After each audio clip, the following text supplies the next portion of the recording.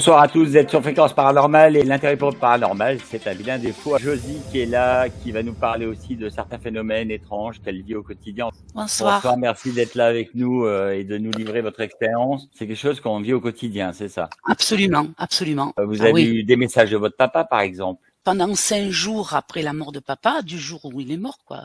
Pendant 5 jours, je l'ai senti près de moi et il me l'a fait comprendre. Et quand quand j'avais été le voir à la morgue, je lui avais fait des bisous sur sa joue gauche. J'étais de son côté gauche, donc je faisais le bisou sur sa joue gauche. Non, c'était pas la morgue, c'était, excusez-moi, à l'hôpital. Avant qu'il meure, je caressais les cheveux, enfin tout ça, je le rassurais, tout, je sentais qu'il allait partir. Et puis après, bon, je suis rentrée chez moi, tout ça, et le lendemain, il est mort. Et j'ai été le voir à la morgue. C'est bizarre parce que avant qu'il meure, je voyais ses cils bouger, et quand à la morgue, je voyais plus ses cils bouger, ça m'a fait mal. Et, et le lendemain, il est venu me faire un bisou sur la même joue que je lui avais fait. Dans la nuit, j'ai senti qu'il était là, près de moi. J'avais les yeux fermés, j'osais pas les ouvrir, j'avais peur un peu de les ouvrir, je savais pas ce que j'allais voir, donc j'ai préféré les laisser fermés. Mais je voyais, c'est comme quelqu'un qui voit au travers les paupières fermées, on voit des ombres comme ça. Et moi, je voyais qu'il faisait comme ça avec ses mains ou ses bras pour que j'ouvre les yeux, quoi. Mais je n'ai pas ouvert les yeux. Par contre, ce qu'il a fait, pour me faire comprendre que vraiment il était là, j'ai senti comme un coup comme ça, comme si on me donnait un coup de doigt sur ma pommette là. Ça m'a fait aïe, j'ai eu mal. Et puis d'un coup, un froid glacial sur cette joue là, mais glacial, et ça s'est étendu toute ma joue, comme si j'étais la joue dans le congélateur. Et là, je suis restée, je sais pas, ça a duré au moins 10 bonnes minutes. Hein. Le fait de l'avoir vu ou d'avoir ressenti sa présence, qu'est-ce que ça t'apporte intérieurement? Un petit peu de crainte, mais beaucoup de bonheur aussi. Parce que je savais qu'il était là, quoi, qu'il était vivant et qu'il n'était pas parti réellement. Après son décès, le jour de son enterrement, il est mort le 24 mars et on l'a enterré le 29. Et le jour même de son enterrement, comme je m'assois sur le lit pour aller me préparer, j'ai entendu une voix dans mon oreille gauche qui me disait, en même temps que j'entendais les bruits d'ailes d'oiseaux, je sais pas, sur mon épaule de l'autre côté, ici, à la droite, j'entendais des ailes bouger. Vous savez, des ailes d'oiseaux, quoi. Je dis, c'est quoi? Et puis j'ai eu un grand flash, quoi. J'étais plus dans ma chambre, j'étais comme dans un ciel. Et j'entends cette voix de ce côté-là qui me dit, et la colombe s'envole. Et à ce moment-là, et au même moment où la voix me dit ça, je vois un oiseau s'échapper de mon épaule droite, comme ça, et s'en aller comme ça devant moi. Je l'ai vu partir au loin. J'ai compris que c'était l'esprit de papa qui partait. Elle me donne des frissons, hein. Ah oui. J'ai compris que c'était papa qui était en esprit dans cette colombe. Mais je suis partie en flash. Je n'étais plus dans ma chambre, j'étais dans le ciel avec la colombe. Tu m'as confié que tu as trouvé des plumes. Ah oui, plein, j'en ai plein d'ailleurs. Oui. Des toutes petites plumes minuscules blanches. Souvent, on en trouve, hein, ils nous les envoient. Souvent, oui. C'est ça, ouais. Plein dans toute la maison, dans des endroits incongrus de la maison. Je dis, mais qu'est-ce qu'elle vient foutre cette plume ici, quoi. Et tu as reçu donc un signe dans les 15 jours après sa mort, c'est bien ça? Ah oui, mais Laurent, vous voulez vraiment que je dise ça? Je voudrais que tu nous parles sur Fréquence, on se livre et c'est courageux, je te remercie Oui, mais de te livrer. Tu veux en parler, hein, voilà, c'est le libre antenne. Hein. vous allez me faire pleurer, hein.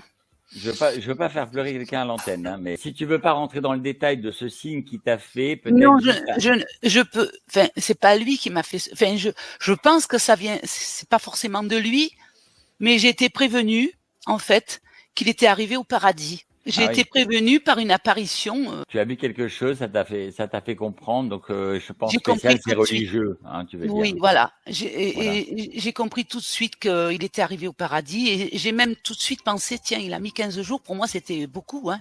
Tu as eu d'autres signes, parce que Oui. ce qui s'est passé avec les 2 miroirs, par exemple. Alors ça a été peut-être 2-3 mois après la mort de papa. Il y avait maman avec nous à la maison. Elle était au salon avec Philippe. Et puis, moi, j'étais dans la cuisine. Et puis, on entend un grand bruit, un grand fracas. Et maman me dit, qu'est-ce que c'est ce bruit? Mais c'est quoi? C'est quoi? J'ai dit, je sais pas. Je me suis levée. J'ai regardé dans toutes les pièces. Je n'ai rien trouvé. Mais j'ouvre la dernière pièce qui était la salle de bain. Et là, je vois les 2 miroirs. Il y en avait un qui était collé sur le mur et au-dessous, il y en avait un autre qui était posé juste comme ça. Devant, il y avait des fioles en verre, des trucs comme ça. Mais quand même, ça prenait de la place. Ce qui s'est passé, c'est que j'ai retrouvé ces 2 miroirs qui étaient carrément retournés un mètre plus loin sur le bord du plan de travail de la salle de bain et sur le point de tomber, ils ne sont pas tombés. Ils étaient en équilibre et ils tremblaient encore. J'ai dit, mais qu'est-ce que c'est? Ils étaient pas cassés du tout, mais étant donné que je les ai retrouvés à l'envers, j'ai pensé tout de suite, ils ont fait un vol plané. Ils ont fait un vol plané, ils sont passés par-dessus les fioles en verre qu'ils auraient pu casser. Mais non, rien ne s'est cassé. Parce que si l'autre qui était dessus, qui était collé, était tombé sur l'autre qui était au-dessous, ça aurait tout dévalé et me cassé les fioles qui étaient en verre. Ils n'étaient pas cassés? Non. Donc, et rien n'a été touché, rien n'a été touché du tout. Au moment où tu arrives dans la salle de bain, les miroirs vibraient encore? Ils vibraient encore. Vibration. Les 2, ils étaient comme ça. Il y en avait un comme ça, l'autre, il était un peu sur l'autre, et puis ça faisait comme ça. Au travail, dans ton atelier, il s'est passé des choses, on va en parler, mais tu as eu beaucoup de poltergeists? Ça s'est passé après la mort de mon patron, par contre, qui vivait au-dessus de l'atelier où je travaillais. Ah, c'est ton patron qui hantait les ateliers? Voilà, parce que moi, je rêvais de lui. Et le lendemain, je racontais à l'ouvrier comment il était habillé dans mon rêve. Et il me disait, en effet, je connais ce costume. À l'époque où ça s'est passé, c'était en morte saison, c'est-à-dire que personne n'était dans les ateliers. On n'était que 2, c'est-à-dire l'ouvrier et moi. Et l'atelier des femmes était fermé. Au milieu, il y avait un grand couloir qu'on n'allumait pas, il restait noir. L'atelier des femmes restait noir aussi. Il y avait que le nôtre qui était allumé. Alors, je peux vous dire que quand on voyait au fond que c'était tout noir, ça faisait déjà un peu bizarre. Ce qui s'est passé, c'est qu'un jour, avec donc ce monsieur, cet ouvrier, on parlait de son frère qui était décédé. Et il me disait, Josia, ça vous dirait de venir sur la tombe de mon frère pour voir un petit peu si vous ressentez des choses sur sa tombe? Je dis, mais pourquoi pas, il n'y a pas de souci, je viens. Comme on parle de ça, je ne sais pas ce qui s'est passé. J'avais un stylo sur ma table. Je vois si on le voit. J'avais un stylo sur ma table qui était posé comme ça, dans ce sens-là, sur ma table de travail. En face, il y avait le petit chemin qui menait, disons, pour traverser l'atelier. Le stylo, en même temps, dans mon oreille, ça fait clac, comme si quand on monte à la montagne, comme ça. Le stylo s'est levé d'au moins 20 cm et resté en lévitation pendant que mon oreille faisait clac, comme ça. Le stylo s'est levé, paf. Vous voyez l'oreille et le stylo en même temps, tac, comme ça. Je regarde le stylo, je dis, qu'est-ce que c'est que ça? Et le stylo, d'un coup, il est parti en flèche, à 3 mètres plus loin, face à nous, mais en flèche, je peux vous dire, il a été projeté, quoi. En flèche. Comme ça, comme ça, paf. Il y avait ce monsieur qui était avec moi, qui a vu le stylo voler et qui m'a dit, mais enfin, ça vous prend souvent de jeter les stylos, mais il a dit ça pour se rassurer quelque part. J'ai dit, mais enfin, vous avez bien vu que je n'ai rien touché. Je ne sais pas, mais les esprits qui étaient dans cet atelier, ils ont compris que peut-être ils doutaient, je ne sais pas. Vous savez ce qu'ils ont fait? Au fond de l'atelier, il y avait un portant.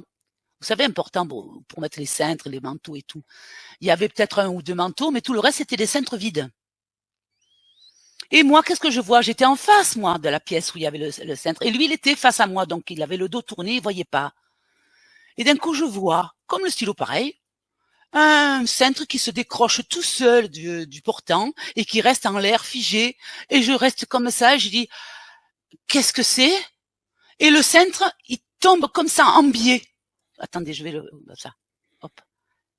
Il tombe en biais. Là, il s'est détaché du portant, il est tombé en biais. Il n'est pas tombé comme quelque chose qui tombe, vous savez.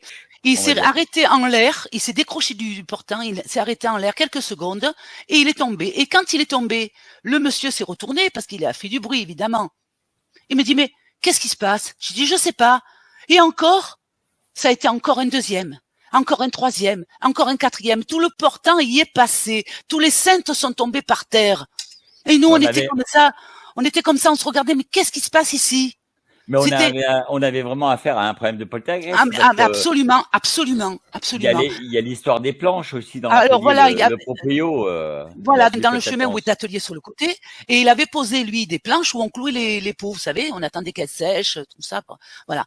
Et donc, il y avait des planches, elles étaient posées comme ça, sur le côté, sur le chemin où on traversait l'atelier. Et moi, je me suis levée pour aller voir les scènes qui étaient tombées. Au moment où je me lève, je marche, et derrière moi, qu'est-ce qui se passe? Une planche qui tombe, mais pas qui glisse, qui tombe dans l'autre sens, comme ça. Et elle m'a à peine effleuré. J'ai senti l'air passer quand ça tombe. C'était lourd quand même. Mais ça ne m'a pas touché du tout. Ça m'a même pas effleuré. J'ai senti l'air derrière et j'ai entendu le bruit de la planche qui tombait. Je me suis retournée, j'ai vu la planche qui tombait. J'ai continué tout le long du chemin et les autres planches ont suivi. Il y avait un autre ouvrier avec toi. T'étais Oui, pas il a seul. vu tout ça. Il a vu tout ça. Il a vu. Vous étiez à Il a plusieurs, vu. quoi. Voilà. Donc là, on a affaire à un problème de poltergeist. Curieusement, quand même, quand le stylo s'est levé, c'est que ça a fait un clic dans mon oreille gauche. Je ne sais pas si c'est moi qui ai provoqué ça. Je comprends Ouais. pas. Il y a notre amie Irène qui dit waouh, incroyable.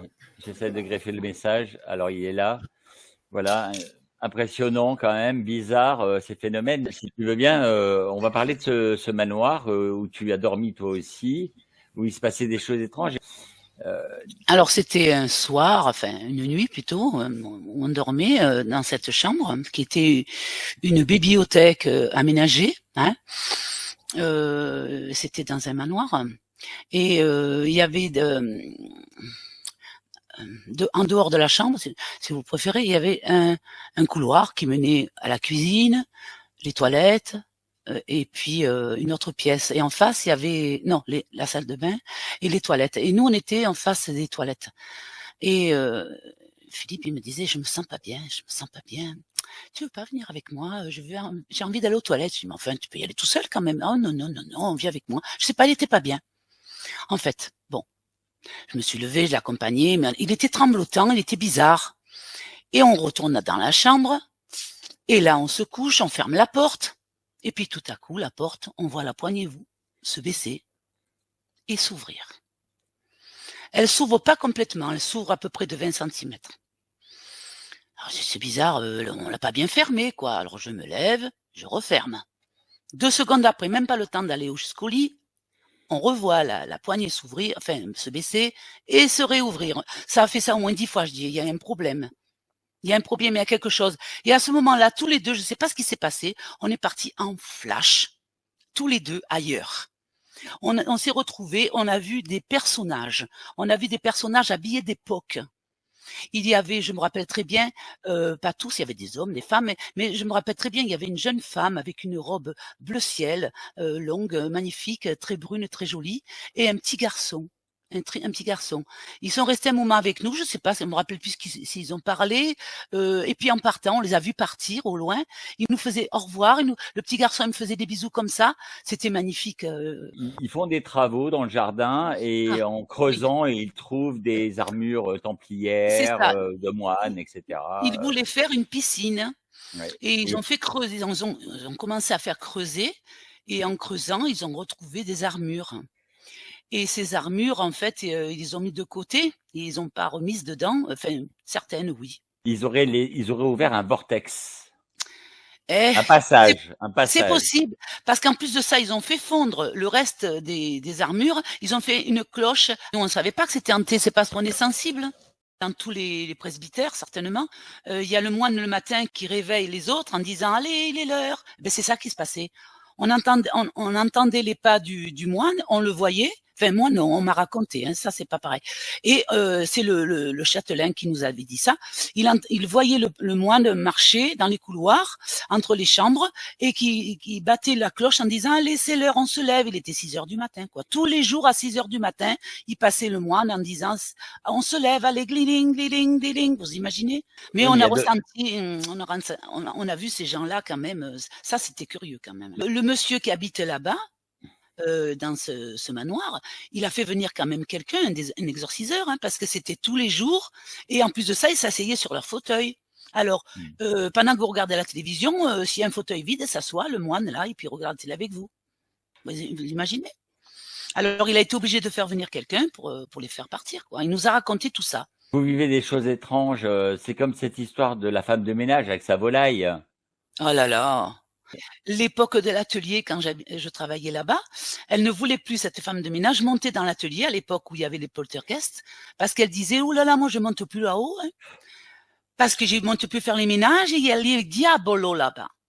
Elle disait avec son accent, il y a les diabolos, moi je monte pas.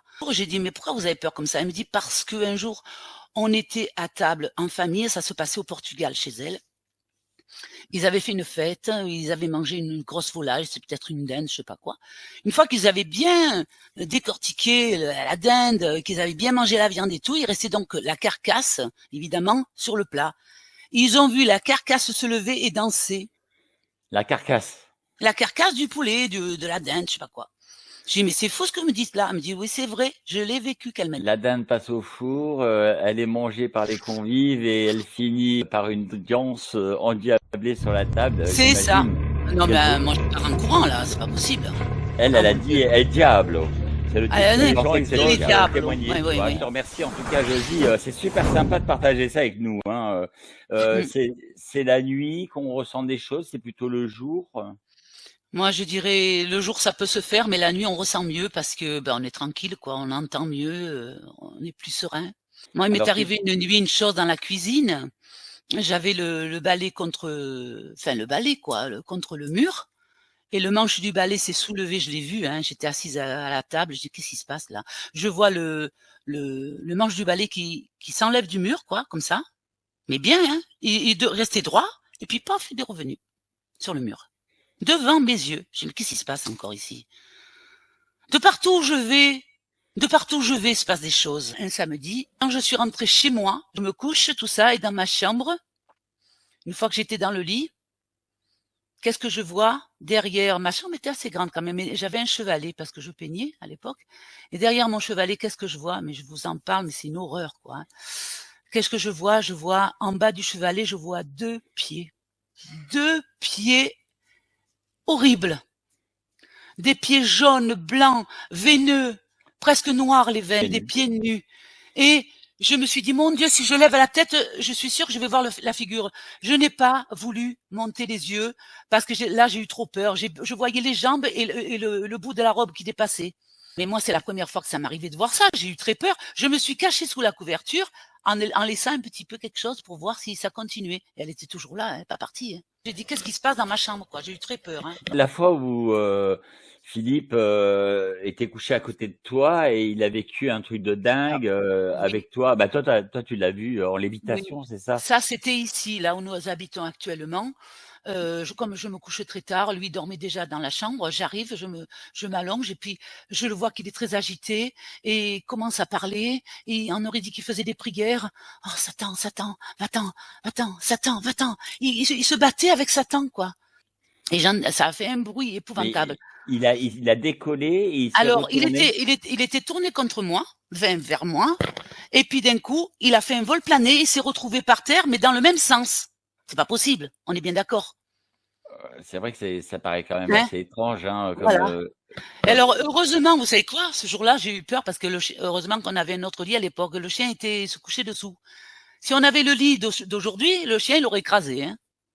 Il m'a dit, Philippe, que un jour, il avait un vieux rasoir et ce rasoir, après la mort de sa maman, était. Ah mais oui, mais c'est moi qui l'ai réveillé. C'est moi qui l'ai réveillé pour lui dire j'entends quelque chose dans la salle de bain. Alors j'étais en bas parce qu'il y a un étage. J'étais en bas et j'entends un bruit bzzz, bzzz, comme ça. Qu'est-ce que c'est que ce bruit? C'était affolant parce que ça résonnait et c'était en haut, dans la salle de bain du haut. Mais il y avait personne là-haut. Nous, on était en bas. Alors, moi, j'ai pas voulu monter, j'ai eu peur. Et je l'ai réveillé, j'ai fait Philippe, viens écouter, il y a un bruit bizarre là. Il y a un bruit de moteur, comme ça, je sais pas ce que c'est, tu viens? Oh, il me dit, qu'est-ce que tu veux? Enfin, il dormait. Il se lève, et puis il entend. Et lui, il a été pris de courage, il est monté, et il me dit, mais tu sais quoi? C'est le vieux rasoir que j'ai jamais branché, et il était débranché, il s'est mis en route tout seul. Après la mort de sa maman. C'était la même nuit que sa maman venait d'être enterrée. Pour lui, c'était un signe comme quoi sa maman lui faisait un signe. C'est ça. Il y a une histoire, un truc de dingue qui s'est passé à Marrakech. c'était en 2016, c'était en mai. Et nous sommes partis en vacances à Marrakech, dans un hôtel très renommé, je peux le dire, hein, c'est le Savoy. Je sais pas si quelqu'un connaît, mais nous étions allés, on nous avait mis du côté plus ancien de l'hôtel, hein, et on avait une chambre avec, la chambre. À côté, nous avions la salle de bain, mais la salle de bain, chose bizarre, c'est qu'elle était vitrée, donc on pouvait la voir à travers la chambre. Et dans la salle de bain, on voyait la chambre. Et il y avait un petit salon devant aussi, qu'il y avait, avec la télé, un peu tout ça.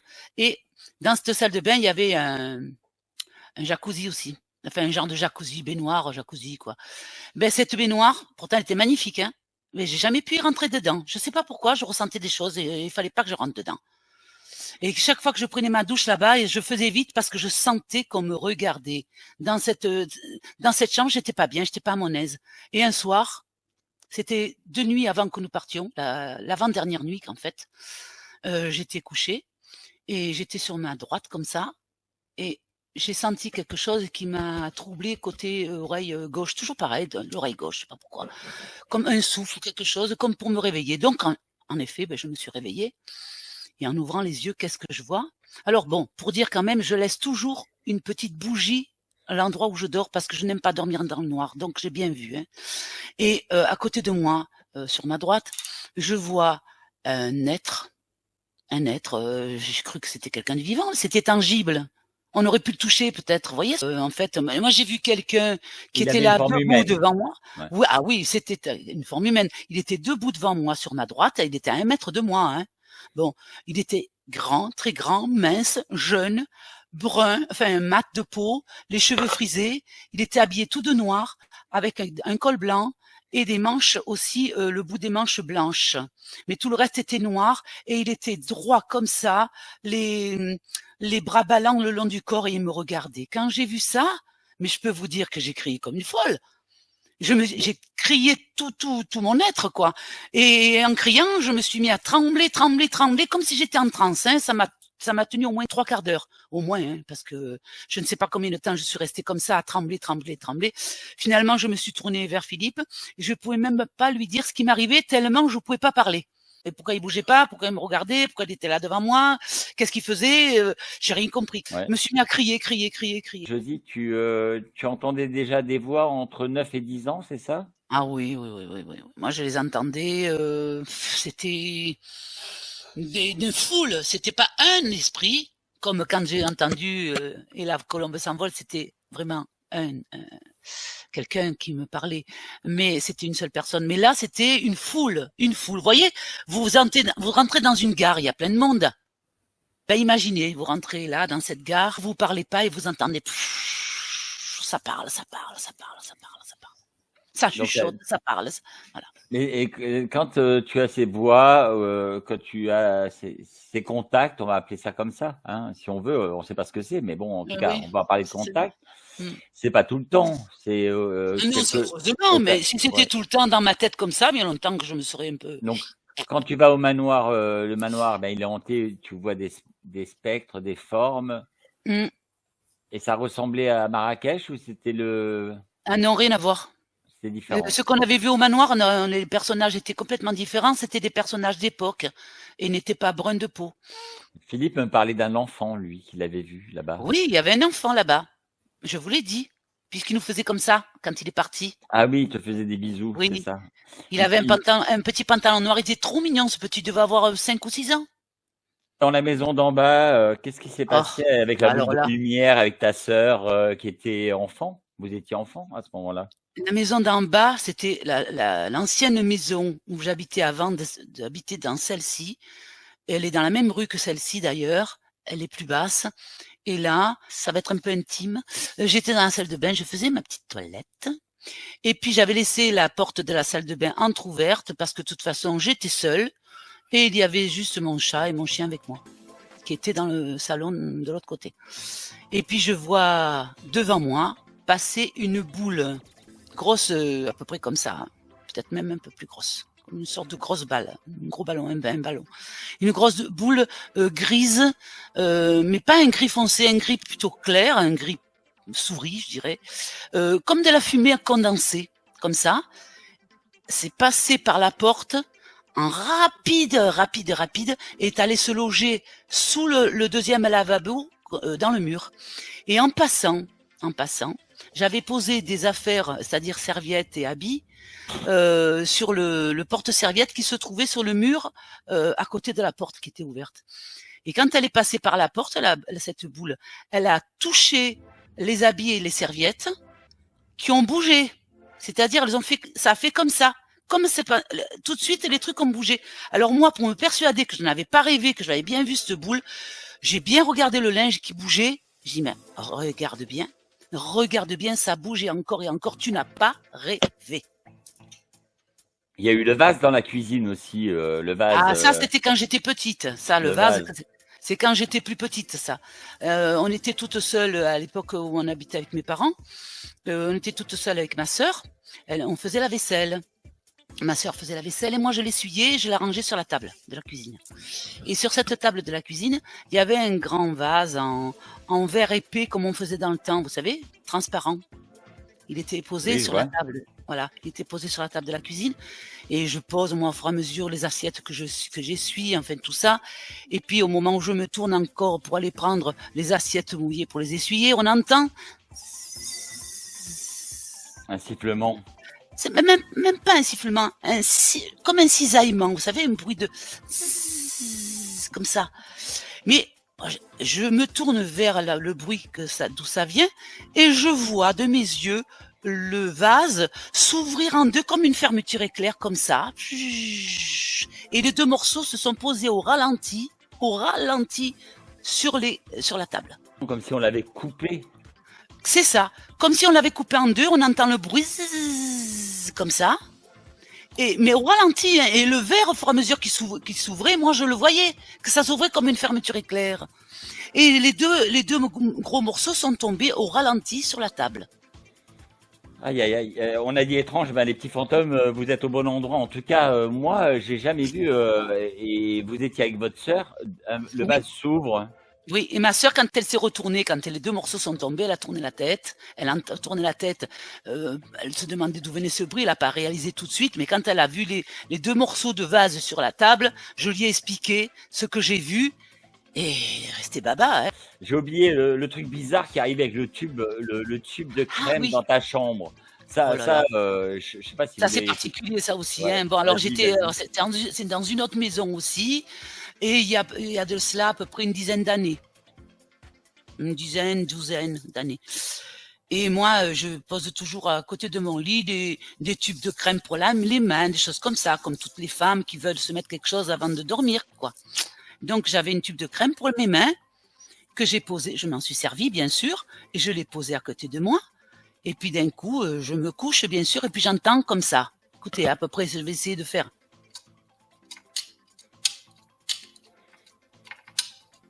Vous voyez à peu près les bruits ou pas? On l'entend. J'entendais que ça bougeait par terre. Qu'est-ce que c'est ce bruit? Je me tourne vers le bruit et c'était le tube de crème que j'avais mis au sol depuis une demi-heure déjà qu'il y était, hein. Donc il bougeait pas auparavant. Et ce tube, il se tordait dans tous les sens. Il se tordait et chaque fois qu'il se tordait, il touchait le sol, il faisait comme ça, il se tordait tout seul comme ça. C'est étrange quand même. T'as aussi les tiroirs qui ont bougé. Les tiroirs, le tiroir et les bottes de cow-boy que j'appelais ça moi. Parce que quand j'étais gamine, je sais pas, j'étais prédestinée à ces choses-là. Je pense que c'est une nuit. Nous on avait une chambre. Il y avait ma sœur et mon frère dans la chambre. Mon frère dans un petit lit et ma sœur et moi nous avions des lits gigognes. Moi j'étais dessous. Et puis donc ça se passe à la nuit et j'entends des bruits de pas lourds. Et chaque pas qui était lourd, comme le bruit d'une botte que l'on pose fortement sur le sol, ça finissait par un bruit de ferraille, comme des éperons. Vous voyez quand on pose le talon au sol et qu'ensuite quand la botte se pose, on entend. Vous voyez le talon et puis de l'éperon. Et il y a eu au moins 4-5 pas comme ça, assez lourds, avec le bruit des éperons. Et je commence à avoir une trouille, j'étais cachée sous ma couverture et arrivé à la hauteur de ma table de nuit, j'entends le tiroir qui s'ouvre et qui se ferme, qui s'ouvre et qui se ferme, qui s'ouvre et qui se ferme, mais beaucoup plus vite que je le dis, hein, ça faisait tchic, tchic, tchic, tchic, tchic, comme ça. Mais un fracas pas possible. Une chose incroyable, c'est que je ne comprends pas pourquoi le bruit de tiroir n'a pas réveillé les autres. Toi, tu ne te sauves pas à ce moment-là, tu ne... Mais je peux pas bouger, je suis contre le mur, et dans mon lit, je ne bouge surtout pas. Je me cache sous la couverture, hein. J'ai quoi? Je suis petite, hein, je dois avoir 8 ans, quoi. Qu'est-ce qui t'a motivé de témoigner ce soir et de partager avec nous, en tout cas avec nous dans le chat? Partager parce que c'est important, voilà, c'est pas évident de tout garder parce que c'est pas bon de tout garder. Et je me dis de toutes les manières, ça fera partie de mes mémoires paranormales. Parce qu'après, avec l'âge, on ne sait pas ce qui peut se passer dans le cerveau. Imaginez que j'ai une maladie, que je perde la tête. Tu es en train d'écrire toutes ces histoires, tu prépares un ouvrage là-dessus. Oui, je prépare un ouvrage et j'explique et je raconte toutes mes histoires paranormales que j'ai vécues depuis le début. On te remercie de nous avoir livré ton expérience paranormale.